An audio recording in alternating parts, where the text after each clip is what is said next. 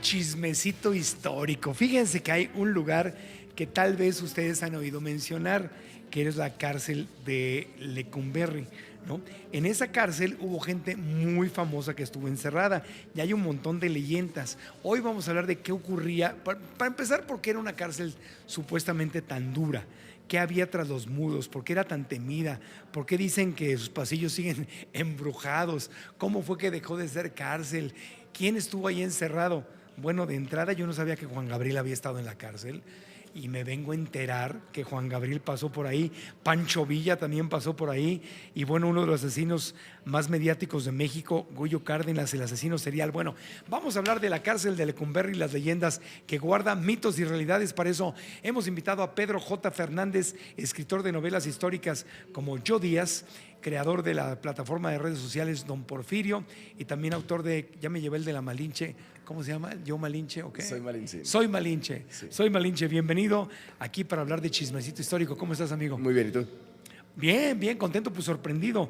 Pues Pancho Villa estuvo en la cárcel, pues me imagino por temas políticos. Lo agarraron y lo metieron ahí el gobierno federal, me imagino, ¿correcto? Sí, en 1912. Bueno, más bien después de que triunfa Madero y licencian las tropas. Ah, después. Sí, tiene un tema ahí con el ejército, no lo quieren, le inventan un crimen, lo meten a la cárcel y se escapa en 1912. De hecho, es en Lecumberri, en la cárcel, donde aprende a leer y escribir y según él, leyó el Quijote en Lecumberri. Wow, o sea que desde entonces inventaban crímenes por temas políticos. Sí, claro. Eso no es nuevo, amigo. No, y más en la revolución. Oye, Goyo Cárdenas fue asesino serial, Sí. muy famoso. Fue muy famoso, fue nuestro Jeffrey Dahmer, pero él mataba mujeres.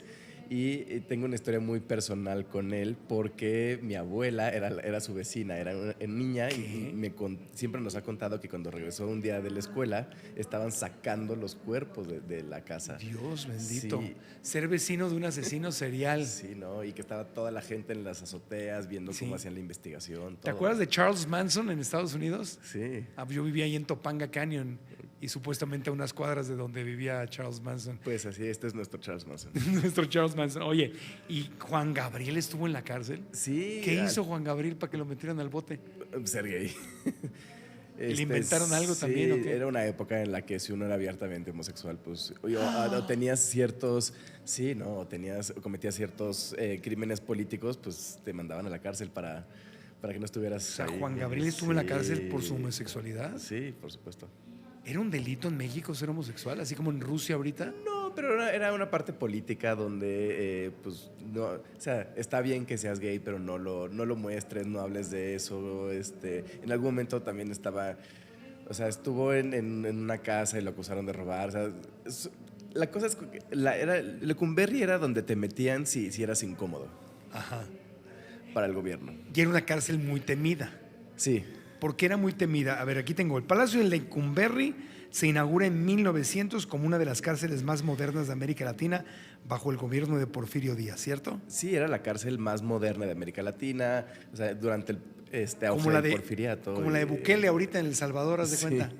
Y entonces se arma esta cárcel, se organizó para 800 presos. Ajá. Y era lo más moderno, era el progreso, porque además por primera vez no solamente era los vamos a meter a la cárcel, vamos a ver qué está pasando con ellos, los que se puedan reformar los vamos a reformar y pueden regresar a la sociedad. O sea, era por primera vez pensar en esta parte de los presos, pero eventualmente pues se sale de control. O sea, insisto, era para 800 presos, llegó a tener 5,000 presos. ¿Qué? Sí. 5,000 presos, Sí. un lugar diseñado para 800. Sí.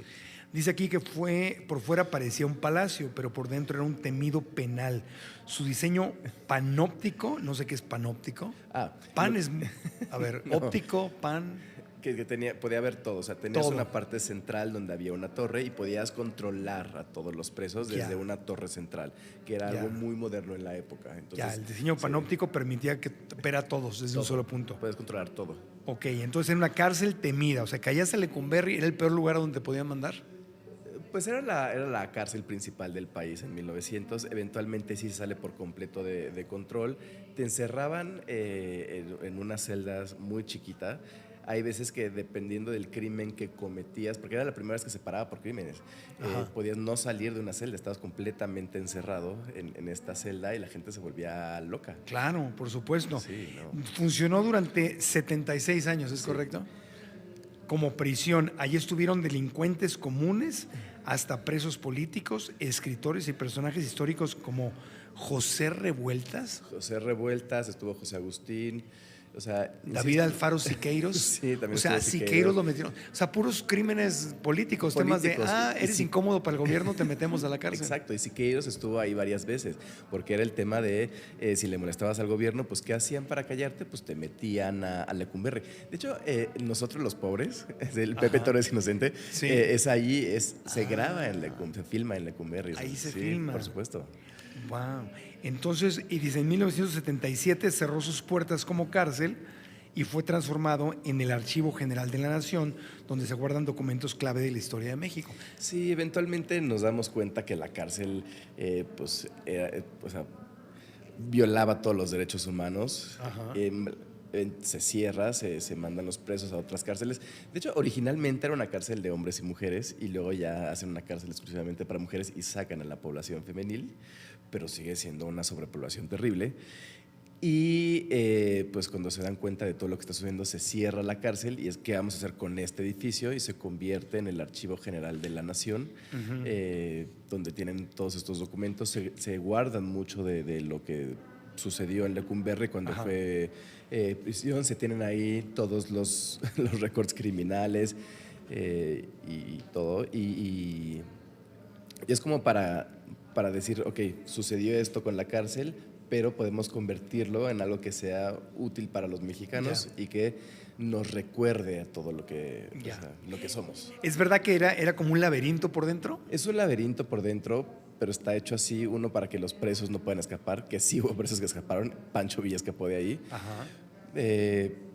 Pero este diseño panóptico sí es o sea, está en la parte central y todas las, pues es como circular y todo lo que está alrededor, que es como una especie de laberinto, pero para que se pueda de alguna forma pues revisar a los presos, que ahora pues las celdas guardan ahora nuestra memoria histórica. Ok. ¿Y por qué le decían palacio si obviamente no era un palacio? Fue construido para hacer cárcel. ¿Por qué le decían Pues, Palacio de Lecumberri? ¿Parecía palacio? Sí, parece un palacio. ¿Parece? O sea, tú lo ves y es un palacio, porque además... Hace mucho que no paso por ahí, Sí, no tengo la menor idea. todos estos edificios del Porfiriato están hechos para ser palacios. Claro, ok. Igual que todos los edificios del Porfiriato, pues tienen una estructura justamente de hierro y luego la parte de piedra que la asemeja a un palacio. Ajá. Y si tú ves la fachada, pues sí parece palacio. Y es un poco... la parte del Porfiriato de todo tiene que ser estéticamente bonito. Por cierto, dato cultural, cuando matan a Madero lo van a llevar a Lecumberri cuando renuncia a la presidencia y le dicen que lo van a meter a la parte trasera, la puerta trasera. Lecumberri no tiene puerta trasera y justamente en la parte de atrás de Lecumberri es donde asesinan a Francisco y Madero y lo velan en Lecumberri. Wow, fuerte. Sí. Oye, y hay un montón de leyendas, me imagino. Ahorita, después de una pausita, hablaremos de las leyendas. Sí. Porque dicen, ya sabes, dicen que allá espantan, que se aparecen fantasmas, Obviamente, que sí. se oyen cosas extrañas. Porque hubo, me imagino que mucha gente torturada allá adentro. Sí, como en cualquier cárcel de esa época. Exactamente. Bueno, y ahí estuvo el asesino de Tacuba, el vecino de tu abuelita, Sí, el Goyo Cárdenas. Goyo Cárdenas, que fue el primer homicida serial que en México se hace mediático, se hace famoso en los medios. Así es.